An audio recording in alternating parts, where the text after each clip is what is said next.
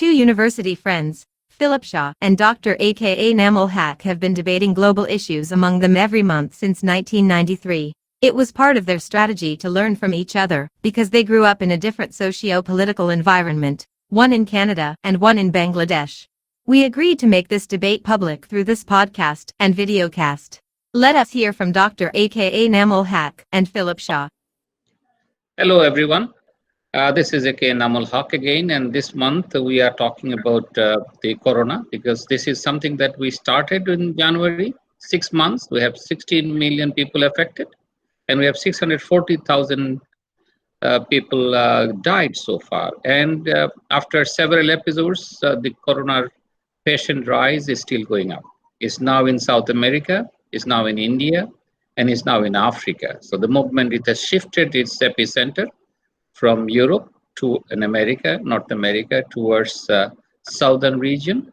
And with that, let me invite my friend Philip Shah to give his remarks on how he looks the corona events and what do you think in terms of the new world, what is going to happen to all of us. Philip. Thanks, Enamul. I'm Philip Shaw, and I'm glad to be back here again this month chatting with you. The coronavirus problem that we have in the world is certainly something that is shaking everybody. You know, we were all hoping that it would go away and it'd be rather something that might be able to deal with, but it's increasingly difficult, whether it's in Bangladesh or whether it's in Canada. And of course, here in Canada, we're constantly inundated with news from the United States where infections are really out of control in many parts of the country. Economic growth rates are down. For instance, I know some statistics about global trade is going to be down about 9% to 11%. And global economic growth rates, I know in Canada, we're supposed to have our economy contract by about 8% this year, and that's huge. Some thought the economic growth rate would be down 6 to 7%. You know, I hate to see that. You know, we always talk about economic growth rates and positive growth rates and how this is a very, very good thing. But COVID-19 has done the opposite. It has shrunken the global economy and shrunken the respective economies where we are. And, you know, that means it's bad for everybody eventually. And, you know, the impact of this is uneven, you know, on the poor people versus the people that have more things. And so it's just a very, very difficult time. And you know, with the contraction of the economy, and if you read any of the economic literature, much of it is they're hoping for positive economic growth rates next year. And I hope they're right for sure, because that's exactly what we need.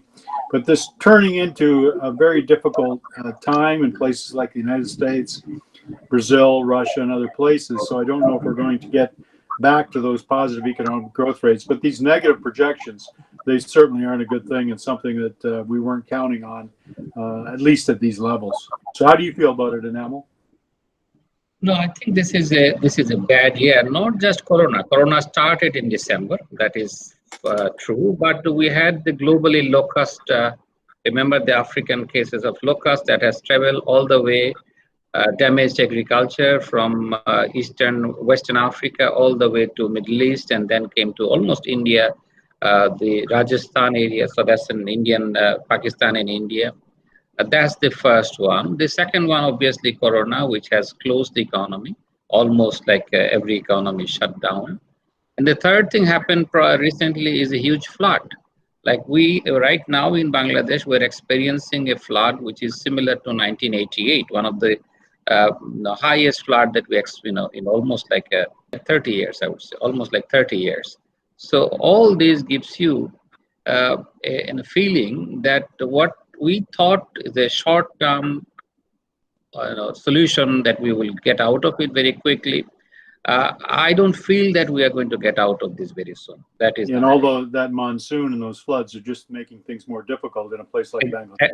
Exactly, flood is making much more difficult. We also had a cyclone. Let us not forget that. So yes. This year, a disaster one after another, and these are all coming almost like sequence. And right now we are in the flood. So I can see that the problem for Bangladesh, also huge problem coming for the economy.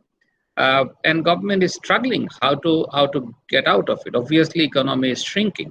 But the problem with the developing country like Bangladesh, when the economy is shrinking, there's a lot of, there's an increase in poverty, something that we were almost getting, out of it. Now it is coming back. Yeah. Businesses are down. Business, almost every business is down. Agriculture is the one so far moving, but with flood, that is also going to be affected. So That's right. you can see the problem from all sides. Top of it, if the global economy do not come back quickly, and our income source, you all know that is a garments, two income source. One is a garments industry, and one is manpower export that we send people to work abroad. And with the oil price down, the Middle Eastern countries are also sending people back. So that is the second wave of not a natural disaster, but something that we have to worry about it in Bangladesh. So I think these are the issues that is going to cripple the economy, and government needs to be very careful about it. There are strategies that we have to think carefully, and I believe that is what we should go. But it's not an easy way out at the moment. No, in Western countries, of course, there's been huge stimulus of cash and things put into the economy, whether it's Western Europe, United States, or Canada, or other places. And this is going to help, although debt levels have increased a lot. But no question, a lot of those other things, a lot of those other calamities you're talking about, like, for instance, I've been aware of the monsoon in Bangladesh and how that's causing flooding, but it's adding up to a very, very difficult year in 2020. And hopefully we can get by this. But certainly, as we stand here now in the summer of 2020, it's going to be very difficult to get through it. Yes, I think that is one of the most difficult time that we have. Stimulus packages is depends on the ability of the government. We have also some packages, but our biggest problem is in informal economy, because the economy, big economy, is actually not formal; it is informal. They are not linked to the banking system. So when you are not linked to the banking system, you want to give stimulus packages. How do you design a good package for them? I think that itself is a crisis for Bangladesh, because you have to reach to the people who does not have a bank account or never went to the bank for a loan. So all the stimulus package that we're talking about it is actually giving to the banking system. And I see that is also a bigger issue, bigger problem. And it's not easy for, the way I see it, I think government should think about it. And it's not just Bangladesh. I'm pretty sure it is happening in India. The same trouble is happening all in South Asia.